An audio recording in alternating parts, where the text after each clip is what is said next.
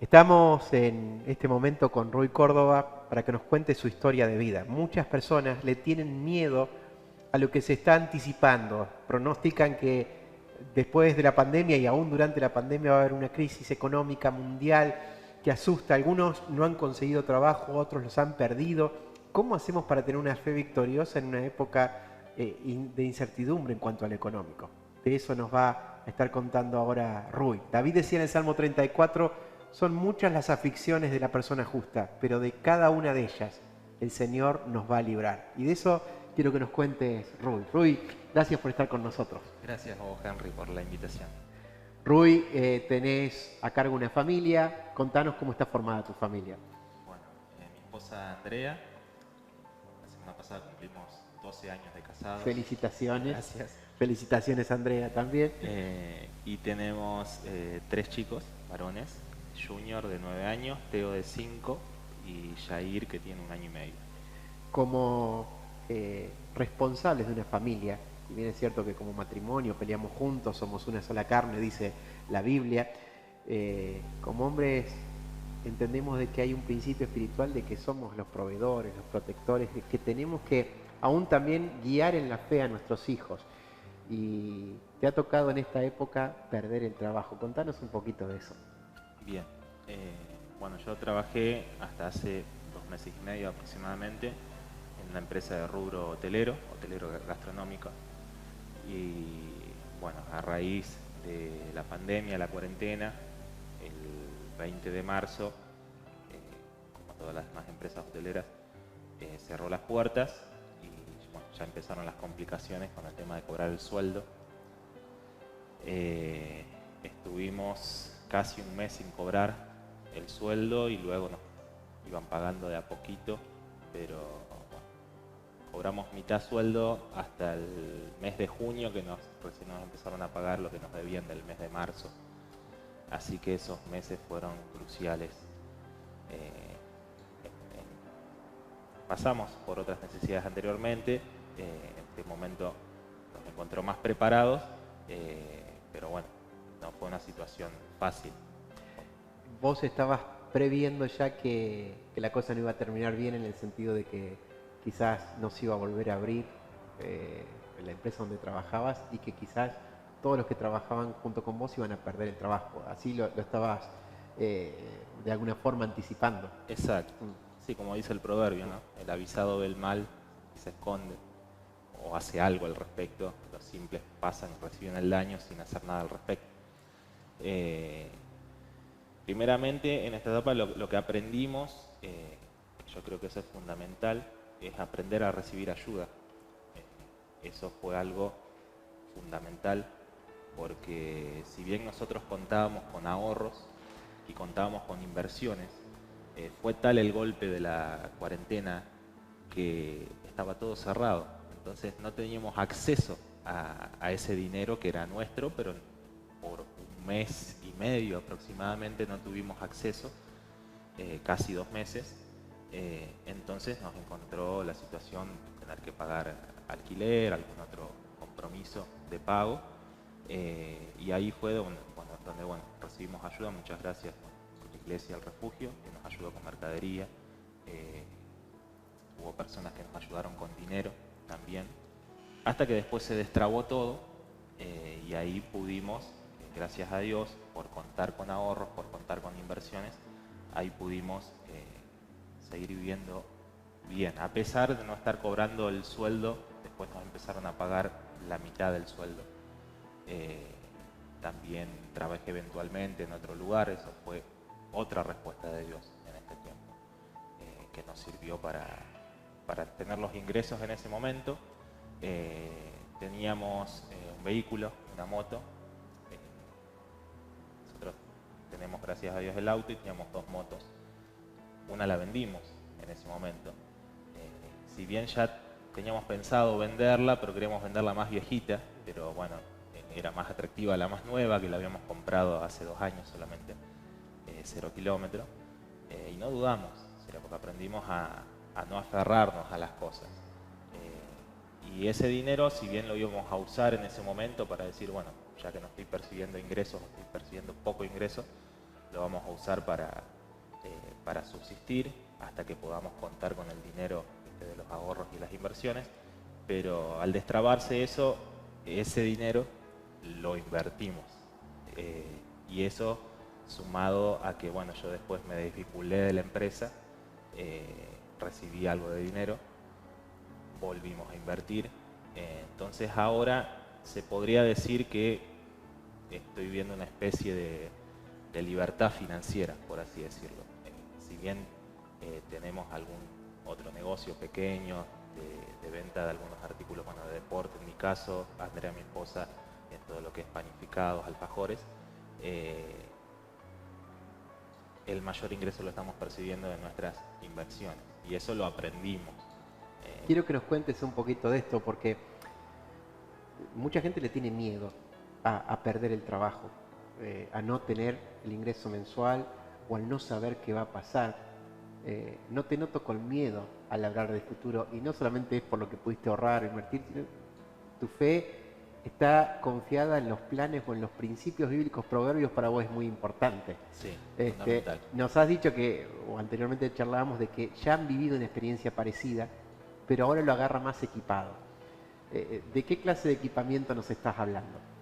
Bien, bueno, primeramente entender que cuando tenemos confianza en el proveedor, en quien nos provee, siempre vamos a tener provisión, siempre. No tener confianza en el dinero, en los ahorros que tengo, en las inversiones que tengo, porque como dice también Proverbios 27, versículos 3 y 4, habla de que hay que ser diligente en cuidar el estado de nuestras ovejas y mirar por nuestros rebaños. En esa época se considera el rebaño y eso como riqueza, como la fuente de provisión, porque las riquezas no durarán para siempre. Entonces no está bien poner la confianza en las riquezas, pero sí en el Dios de las riquezas. Y dice el proverbio al final que será la corona para perpetuas generaciones, o sea, pensar en el futuro.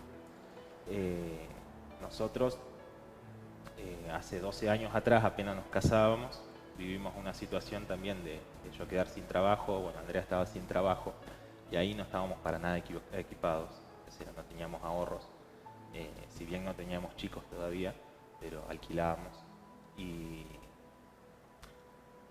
bueno, fue una situación en la que tuvimos que salir y hacer.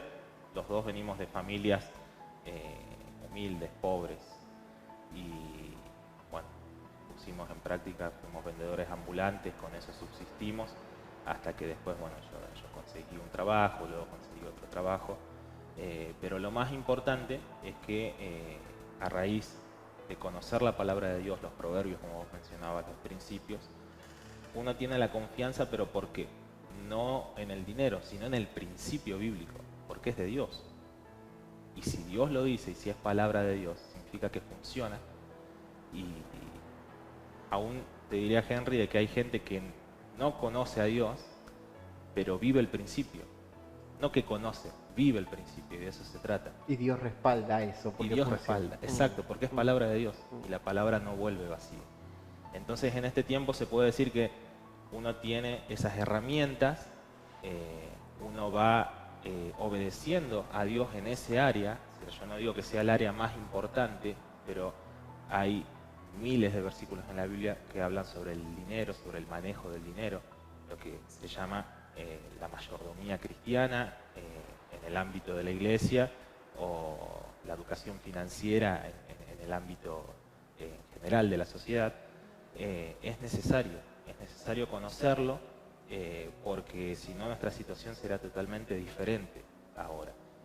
Por eso es que uno no tiene temor, como decís. El proverbio en la mujer virtuosa 31 también habla, que bueno, le escribe a mi esposa ese proverbio. Bien ahí. Queda grabado para vos, Andrés. Pero sí, exacto. Es una mujer que no le tiene miedo a lo que va a venir. Exacto. No le tiene miedo a lo que va a venir. Primero porque ya estamos vacunados contra la crisis, de alguna forma, porque lo vivimos de chico, especialmente mi esposa de más chica, yo de adolescente, ella ya de niña, de tener que salir a la calle a vender. Entonces uno aprende a valorar las cosas de diferente manera, en ese sentido. Y eso hace que cambie uno internamente, porque en todo lo que es la organización, la gestión del dinero, de los recursos, tiempo y dinero. Es necesario cambiar el ser para después poder hacer. Lo que uno puede lograr, lo que nosotros pudimos lograr es porque hubo un cambio interno primeramente. Y ese cambio interno obviamente es a través de la palabra de Dios y a través del Espíritu de Dios. Rubí, quiero que para terminar le cuentes o le tires un principio. No sé que hay algo que es el ahorro hormiga. Escuchá esto, el ahorro hormiga no lo vas a escuchar por ahí, que tiene que ver con un principio de Proverbios que te ayudó a estar equipado para esta situación y es un principio bíblico que funciona. ¿Qué es eso del ahorro hormiga? Bien. Se habla mucho del gasto hormiga, no del ahorro hormiga. Sería lo contrario, o la antítesis al gasto hormiga. Se tiene que entender que el que ahorra, dice la Biblia, poco a poco se enriquece. Ese poco a poco se puede considerar lo mismo que dice en Proverbios 6 de la hormiga, que es sabia y ahorra el alimento en el verano para cuando venga el invierno. Si una hormiga lo puede hacer siendo un insecto, ¿cuánto más es para nosotros? Por eso Dios nos manda a decir, mirá la hormiga, o sea, como diciendo, zapallo, mirá, lo hace un bichito y no lo vas a hacer vos. El cerebro es un Claro, poquito más grande. es más desarrollado. Entonces, gracias a eso, es porque nosotros no es que cuando se habla de ahorro la gente piensa que tiene que o ser millonario, le tiene que sobrar muchísimo. Y es al revés, porque la palabra dice que te vas a enriquecer al ahorrar poco a poco, al hacer ese ahorro, hormiga. Y el ahorro siempre tiene que tener un proyecto, un objetivo, que puede ser a largo plazo, a mediano plazo, a corto plazo o a cortísimo plazo. En Argentina hablamos del cortísimo plazo por cómo están las condiciones dadas lamentablemente en la economía. Pero eso también lo termina uno haciendo más fuerte y más sabio, buscar la forma siempre de decir, bueno, ¿cómo puedo generar recursos? Dios nos promete que nos da el poder de hacer las riquezas. Y tal vez suena como muy materialista esta charla, hablando, habla de dinero, habla de riquezas y demás, pero nuestra vida se rige por eso y, como siempre digo, la palabra de Dios tiene muchísimo para eso, o sea que es un tema importante en el que debemos nosotros estudiar, debemos informarnos, que es algo que a mí me encanta hacerlo y me encanta también enseñarlo, poder ayudar a las personas a que puedan conocer estos principios, aplicarlos en su vida. Simplemente, si alguno tiene alguna duda, a Roy le encanta asesorar, dar un consejo, así que te podés comunicar con el WhatsApp de la iglesia y después vemos cómo lo ubicamos. Quiero que simplemente le digas algo a alguien que quizás está viendo como una muralla y decir, de esta no salgo, tengo miedo de lo que tengo, de lo que no tengo, de lo que voy a perder, nunca me va a pasar nada bueno. Vos decías que algo cambió, antes de que cambie la realidad, cambió el interior. En dos palabras, ¿cómo podemos hacer esos cambios? Bien,